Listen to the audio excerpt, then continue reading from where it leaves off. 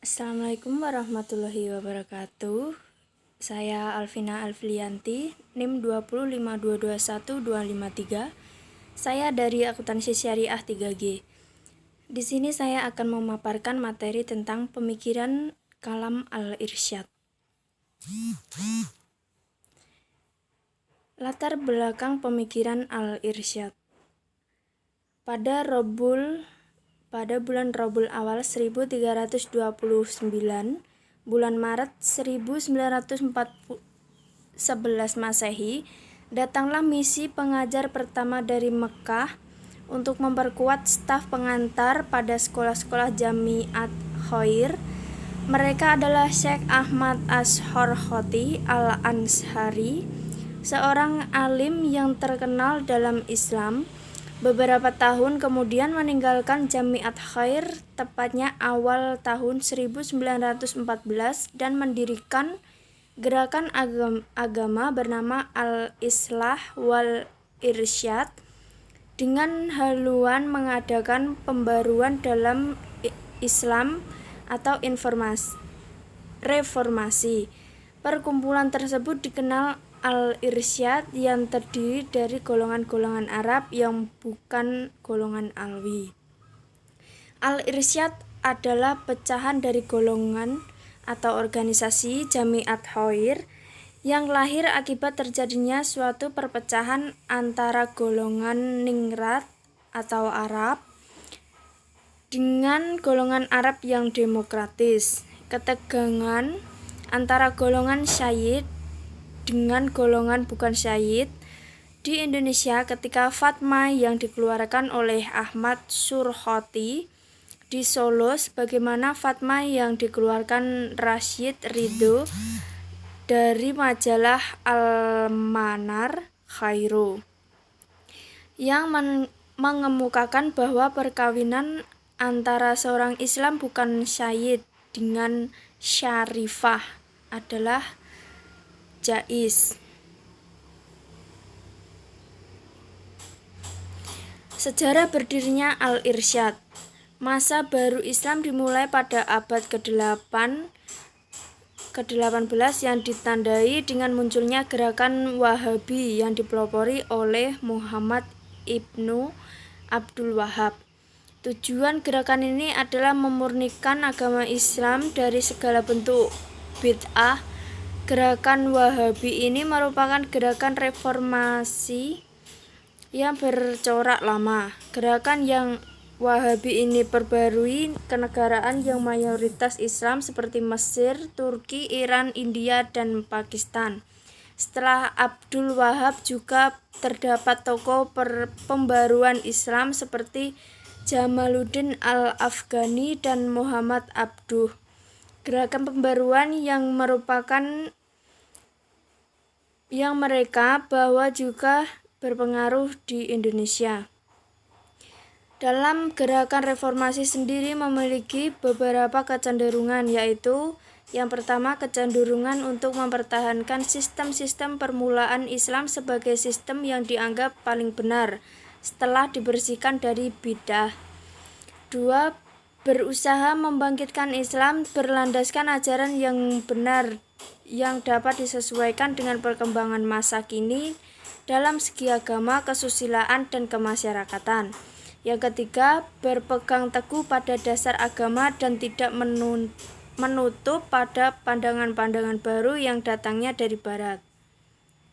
Bidang pendidikan. Berdirinya organisasi atau perhimpunan Al-Irsyad bukan didorong oleh keinginannya untuk mengadakan sesuatu yang baru, tetapi didasarkan atas ketaatan akidah agama, yaitu memurnikan ajaran agama Islam secara konsekuen dan murni dengan berdasar pada Al-Quran dan Hadis. Bahwa Perhimpunan Al-Irsyad merupakan lembaga yang banyak perhatiannya pada pendidikan, dan untuk itu dibukalah secara resmi madrasah yang pertama pada tanggal 15 Syawal 1332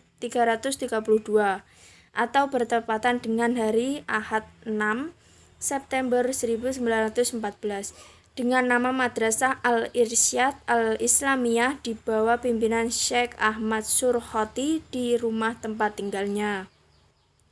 Hal yang sangat mengagumkan bagi warga Arab khususnya dan warga pribumi Indonesia pada umumnya adalah bahwa setelah Al-Irsyad membuka cabang-cabang di beberapa kota di Indonesia, para pengurus Al-Irsyad dengan gigih mendirikan sekolah-sekolah yang walaupun tingkat rendah atau dasar sampai tingkat menengah.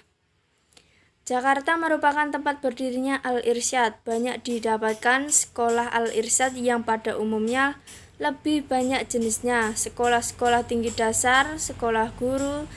Di samping itu ada takhasus, pelajaran 2 tahun, di mana para pelajar dapat mengadakan spesialisasi dalam bidang agama, pendidikan, atau bahasa. Al-Irsyad dengan sekolah madrasahnya membagi 5 jenjang pendidikan, yaitu awaliyah selama 3 tahun, ibtidaiyah pelajaran 4 tahun, tajhiziyah pelajaran 2 tahun, mu'allimin 4 tahun, takhasus 2 tahun. Bidang keagamaan. Dalam bidang ini Al-Irsyad memperlihatkan kegigihan untuk memurnikan ajaran Islam yang benar sesuai tuntunan Al-Quran, As-Sunnah, menyebarkan gagasan-gagasan pembaruan lewat tabligh, pertemuan-pertemuan, dan penerbitan beberapa buku dan pamflet dalam penyebarluasan paham keagamaan Al-Irsyad. Telah penerbitan majalah pertama pada bulan Muharram 1314 atau tahun 1923, yaitu majalah Az-Zakhirah Al-Islamiyah. Majalah ini terbit setiap bulan di Jakarta dalam 2 edisi, yaitu bahasa Arab dan bahasa Indonesia. Penerbitan ini telah mengguncangkan para ulama serta santri Indonesia, sebab lewat penerbitan ini telah dibongkar puluhan hadis-hadis palsu, hadis yang lemah sanadnya yang sebelumnya tidak disadari oleh masyarakat Muslim Indonesia. Hubungan Al-Irsyad dengan organisasi lain. Al-Irsyad adalah organisasi yang membawa pengaruh Islam di Indonesia. Meskipun awal berdirinya banyak menimbulkan kontroversi dan fitnah-fitnah yang bermunculan dari pihak Jamiat Khair, tetapi dengan berjalannya waktu Al-Irsyad dapat membuktikan eksistannya di hadapan masyarakat Indonesia. Al-Irsyad berkembang pesat jauh meninggalkan Jamiat Khair. Keberhasilan Al-Irsyad termasuk membawa beberapa penduduk pribumi untuk belajar di Al-Irsyad seperti Muhammad Rasyidi, Farid Makrub, dan Yunus Anis. Mereka belajar di Al-Irsyad karena tertarik dengan keberhasilan Al-Irsyad. Setelah menempuh pendidikan di Al-Irsyad, mereka berperan aktif dalam organisasi Muhammadiyah. Dalam perkembangannya, Al-Irsyad berhubungan baik dengan organisasi lain. Meskipun tidak berjalan dengan formal dan tidak secara tertulis, hubungan baik itu dimulai oleh pimpinan Al-Irsyad, yaitu Ahmad Surhoti. Ahmad Surhoti adalah pimpinan yang alim dan berwawasan luas. Di samping itu, ia juga mudah bermasyarakat dan dapat menempatkan diri dimanapun ia berada demi menegakkan ajaran yang diyakininya. Misalnya pada kongres pertama yang diadakan di Cirebon pada tahun 1922, pada saat pembacaan Maulud Berzaji, ia ikut berdiri, padahal Ahmad Surhoti berkeyakinan bahwa hal tersebut adalah bid'ah. Hal tersebut ia lakukan agar dapat berdialog secara terbuka dengan Semaun, pimpinan Syariat Islam Merah. Ahmad Surhoti banyak menggunakan waktunya untuk berdialog dengan para pemimpin Islam. Bagi Ahmad Surhoti, tanpa dialog pesan tidak akan tersampaikan. Tidak hanya berdialog dengan pimpinan, Ahmad Surhoti juga melakukan dialog dengan pemimpin organisasi Islam yang lain seperti Muhammadiyah dan persis. Dialog yang ia lakukan memang bukan atas nama Al-Irsyad, akan tetapi secara pribadi memang setelah berdagang dan kembali kepada Al-Irsyad pada tahun 1923, ada yang ia lakukan di luar struktur organisasi Al-Irsyad, walaupun secara pribadi ia selalu menyertai Al-Irsyad. Meskipun hal tersebut ia lakukan secara pribadi, tetapi dialog tersebut membuat nama Al-Irsyad lebih dikenal dan berhubungan baik dengan organisasi lain. Tujuan Al-Irsyad. Gerakan Al-Irsyad bertujuan untuk memupas praktik bid'ah dalam hal akidah dengan didasarkan pada pemahaman Al-Quran dan Sunnah sebagaimana yang terucap dalam Mahabi di Al-Irsyad.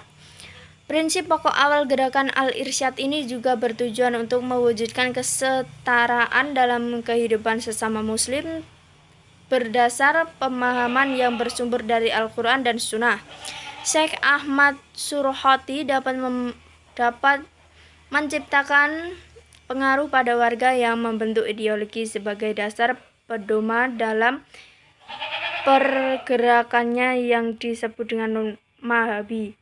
Majelis-majelis di tingkat pusat bertugas merencanakan, pembimbing, menyelaraskan, dan mengawasi kegiatan masing-masing bidang, menyusun struktur dan fungsi pada strategi di bidangnya untuk mencapai tujuan perhimpunan dengan terwujudnya manusia seutuhnya, yang bertauhid dan bertakwa kepada Tuhan Yang Maha Esa, bersih dari syirik, takhayul, dan